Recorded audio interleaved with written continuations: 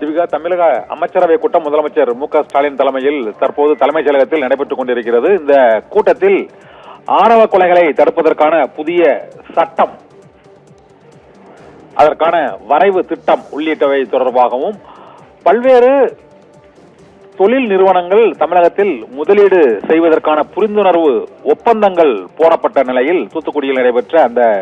நிகழ்வில் வின்ஃபாஸ்ட் உள்ளிட்ட பல்வேறு நிறுவனங்களோடு ஒப்பந்தம் போடப்பட்ட நிலையில் அதற்கான நிதி ஒதுக்கீடு மற்றும் அந்த நிறுவனங்கள் தொடங்குவதற்கான அந்த ஒற்றைச்சாளர அனுமதி வழங்குவது உள்ளிட்ட பல்வேறு அம்சங்கள் தொடர்பாகவும் செப்டம்பர் மாதம் முதலமைச்சர் வெளிநாடு பயணம் மேற்கொள்ள உள்ள நிலையில் அந்த பயணத்தில் என்னென்ன நிறுவனங்களின் அதிபர்களை சந்திப்பது, ஒப்பந்தங்களை போடுவது உள்ளிட்ட பல்வேறு அம்சங்கள் தொடர்பாகவும் இந்த அமைச்சரவை கூட்டத்தில் மிக முக்கியமான முடிவுகள் எடுக்கப்படும் என கருதப்படுகிறது. மேலும் தூய்மை பணியாளர்களின் போராட்டம், அவர்கள் தொடர்பான வழக்கு, இதே போல அரசு ஊழியர்களுக்கான அந்த பழைய ஓய்வூதிய திட்டத்திற்காக அமைக்கப்பட்ட குழு செப்டம்பரில் அறிக்கை சமர்ப்பித்தால் அடுத்த கட்ட நடவடிக்கைகளை என்ன மேற்கொள்வது என்பது உள்ளிட்ட பல்வேறு அம்சங்கள் தொடர்பாகவும் இந்த அமைச்சரவை கூட்டத்தில்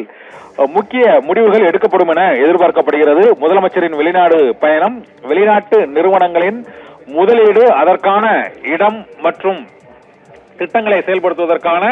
நடைமுறைகள், நிர்வாக நடைமுறைகளை எளிமையாக்குவது உள்ளிட்ட பல்வேறு அம்சங்கள் கடந்த 4 ஆண்டுகளில் சுமார் 30 லட்சத்துக்கும் மேற்பட்ட வேலை வாய்ப்புகளை உருவாக்கியுள்ள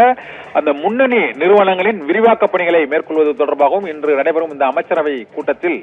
முக்கிய முடிவு எடுக்கப்படும் என எதிர்பார்க்கப்படுகிறது. இன்னும் வரவிருக்கும் அந்த மழைக்காலத்தில் மழைநீர் வடிகால் பணிகள் ஆகியவற்றை மேற்கொண்டிருப்பது, அவற்றை துரிதப்படுத்துவது உள்ளிட்ட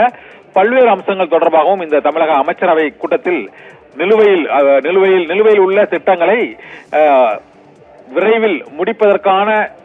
அவசர காலத்தில் உடனடியாக முடிக்க வேண்டிய திட்டங்களுக்கு எந்தெந்த துறைகளுக்கு முக்கியத்துவம், முன்னுரிமை அளித்து அவற்றை நிறைவேற்றுவதற்கான நடவடிக்கைகளை விரைவுபடுத்துவது குறித்தும் இன்றைய அமைச்சரவை கூட்டத்தில் முக்கிய முடிவுகள் எடுக்கப்பட இருக்கிறது. ஏனென்றால் 2026 சட்டமன்ற தேர்தல் வரவுள்ள நிலையில் முடிவுற்ற திட்டப்பணிகள் மற்றும் நிலுவையில் உள்ள முக்கிய திட்டப்பணிகள் ஆகியவற்றில் எவற்றுக்கு முன்னுரிமை அளித்து